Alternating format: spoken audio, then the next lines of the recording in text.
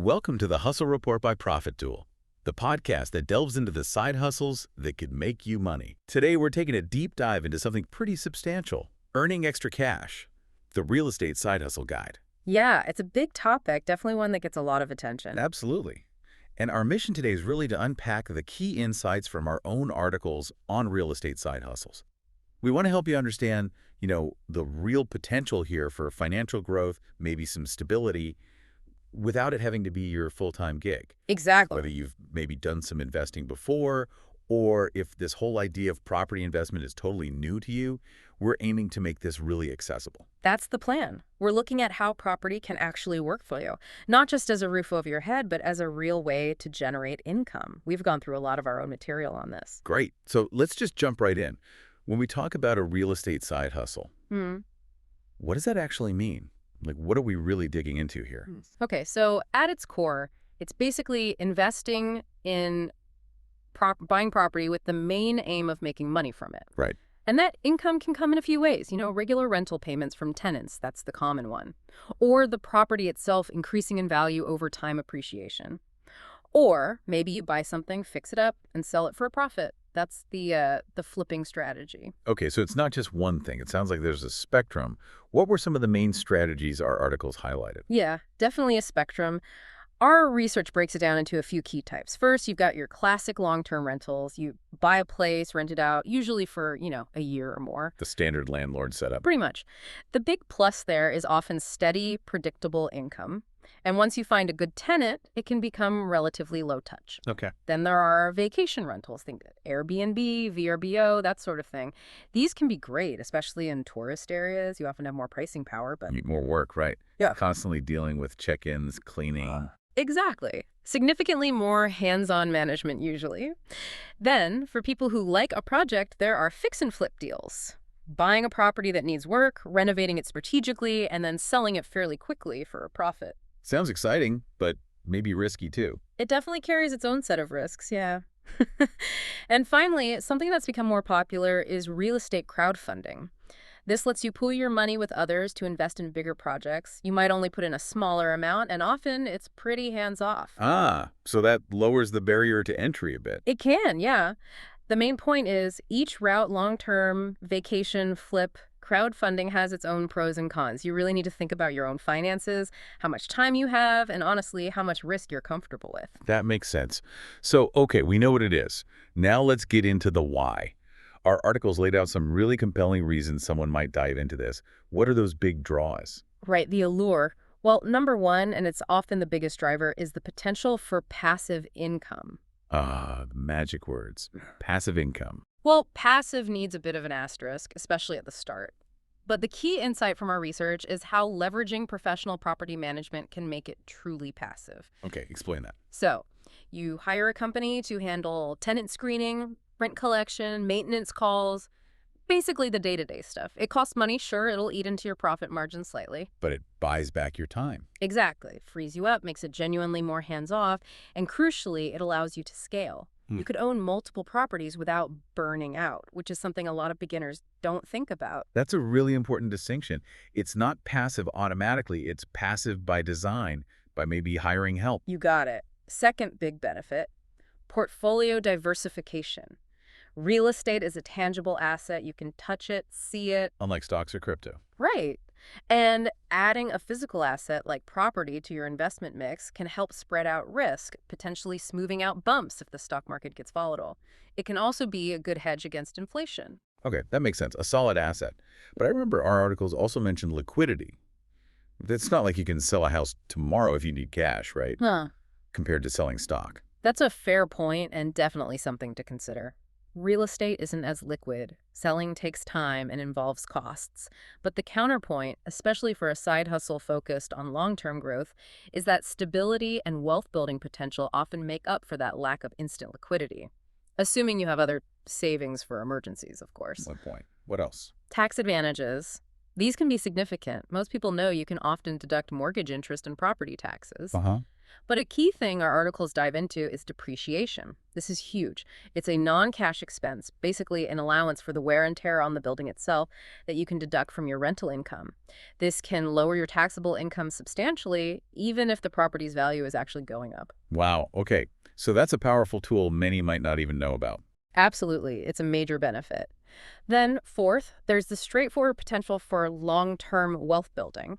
Historically, property values tend to appreciate over the long haul. As you pay down the mortgage and the value hopefully increases, you build equity.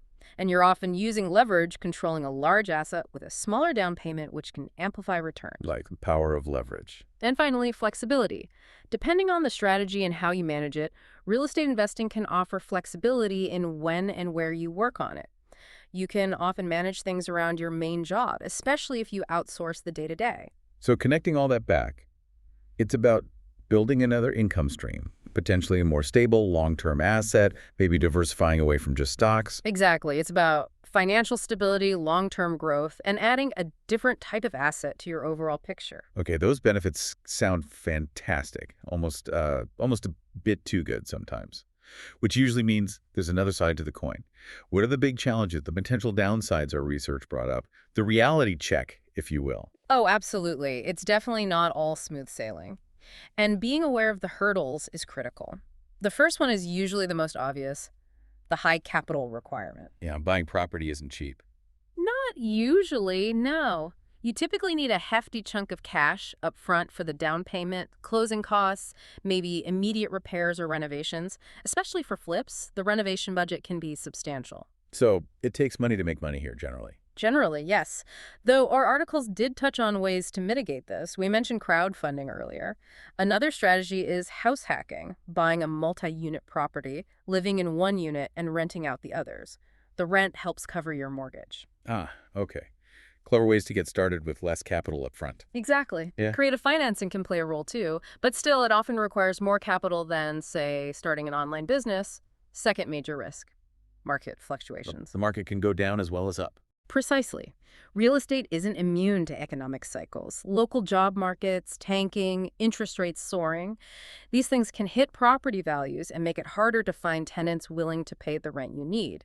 What looks like a great investment today might not tomorrow. So you need to be prepared for those swings. You do. And experienced investors, as our sources noted, sometimes use downturns to their advantage, looking for deals when others are scared. But that takes experience and nerve. Right. What about the actual work involved? That's the next big one. Yeah. Property management responsibilities. If you decide to manage it yourself, it's basically a part-time job. Tenant calls it 2 a.m. Could be. Tenant screening, collecting rent, arranging repairs, dealing with complaints, handling evictions if necessary. It takes time, effort, and sometimes emotional energy. That passive income dream can evaporate quickly if you're not prepared for the hands-on work. Yeah, I can see how that could be a headache. A big one. It can be. And linked to that is vacancy risk. An empty property isn't generating income, but you still have costs, mortgage, taxes, insurance, utilities sometimes. Oh. Yeah. And finding good tenants, people who pay on time and take care of the place, is crucial, but not always easy. Bad tenants can be a nightmare, causing damage or requiring costly legal processes. Thorough screening is key here, as our articles emphasized. Makes sense. Anything else major? The time commitment, especially for certain projects, fix and flips in particular, can be incredibly demanding. Planning renovations, managing contractors, dealing with unexpected problems, it can consume huge amounts of time and energy. It's not like on TV where it's all done in an hour. Definitely not. And the real profit in flips, as our material highlighted, often comes from smart, functional upgrades, fixing a bad layout, adding a bathroom, not just slapping on some paint. That takes more planning and potentially more cost. That's a great insight about functional obsolescence versus just cosmetic fixes. So out of all these drawbacks, which one do you think tends to catch new investors off guard the most? I'd probably say the combination of the time commitment and the unexpected costs. People underestimate how much work property management can be, even for a single rental. Or they budget for a renovation and then discover hidden issues that blow the budget completely. Right. So it really forces that question, are you really prepared for the hands-on work, the potential stress, the financial surprises? You need to be honest with yourself about your capacity and risk tolerance before you jump in. Okay, that's a very sobering but necessary reality check. So let's say someone weighs all that, decides they're ready. Yeah. What's the payoff? What kind of return on investment did our research suggest is realistic for a side hustle like this? Yeah, the bottom line question, it's really important to stress that returns vary a lot. Location is huge, the type of property matters, your strategy makes a difference. No single magic number. Definitely not.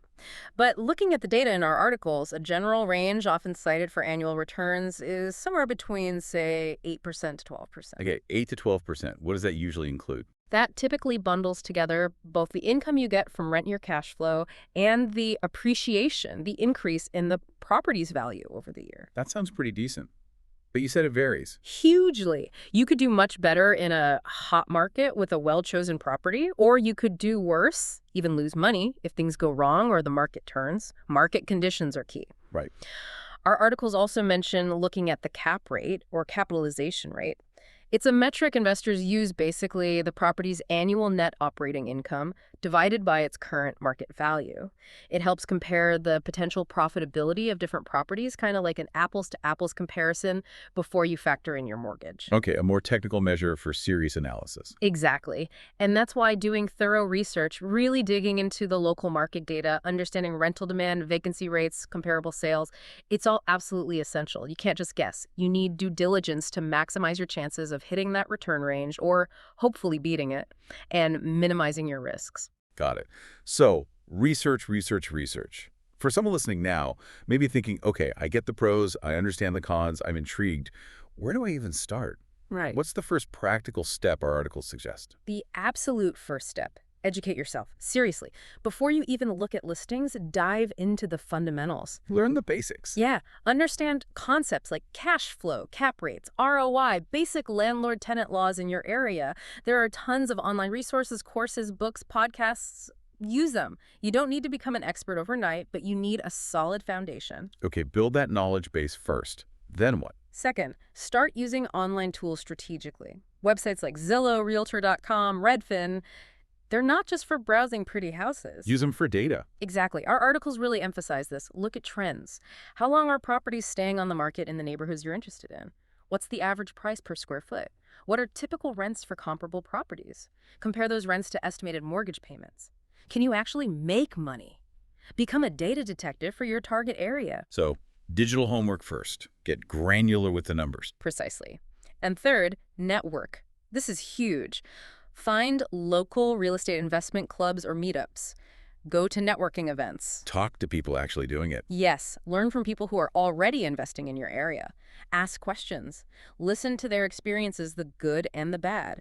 You can gain invaluable insights, maybe find a mentor, or even potential partners for future deals.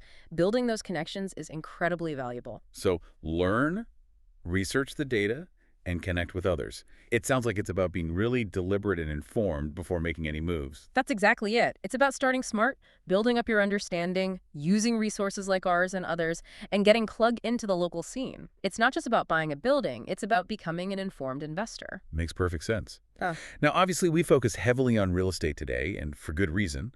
But our materials also touched on some other side hustles, right? For people looking to diversify or maybe wanting something completely different. Yeah, absolutely. Real estate is just one path. Our research covers a whole bunch of ways to earn extra cash. Like what? Give them a few examples. Sure. We looked at things like matched betting, which is a technique using bookmaker promotions to make a calculated profit. There's affiliate marketing, promoting other people's products online for a commission. Okay. Things like social media management for small businesses, or becoming a virtual assistant doing admin or tech tasks remotely. Even simpler stuff like taking online surveys for cash or doing food delivery with companies like DoorDash or Uber Eats. Those offer flexibility too. Right. Lower barrier to entry, perhaps? Often, yeah. And for those who like writing, freelance writing is always an option. We also explore the broader area of alternative investing, which could include anything from peer-to-peer lending to collectibles, just different ways to potentially grow money outside the traditional stock market or real estate. Wow, okay. So lots of different avenues depending on your skills, interest, and capital. Real estate is a powerful one, but definitely not the only game in town. So let's wrap this up. The big takeaway seems to be that real estate offers a really promising way to generate extra income, build long-term wealth. Mm-hmm. But it's not a get-rich-quick scheme. It needs serious planning, good research, and a clear-eyed view of the risks and the work involved. That sums it up perfectly. Whether you're drawn to the more passive side, maybe with long-term rentals and a property manager, or you're ready to roll up your sleeves for a flip, the opportunities are definitely there. But it's about finding the specific strategy that fits you, your money, your time, your goals, your tolerance for headaches. Absolutely. And as you, our listener, mull over everything we've discussed, here's a final thought to chew on. If you're going to deep dive into just one specific area of real estate knowledge first, based on what you heard today, what would it be? Would you focus on mastering market analysis for your town, understanding creative financing options, or maybe the nuts and bolts of tenant screening? Pinpointing that first learning goal could be your key to getting started. That's a wrap for this episode. Thanks for hanging out with us on the Hustle Report. Catch you next time.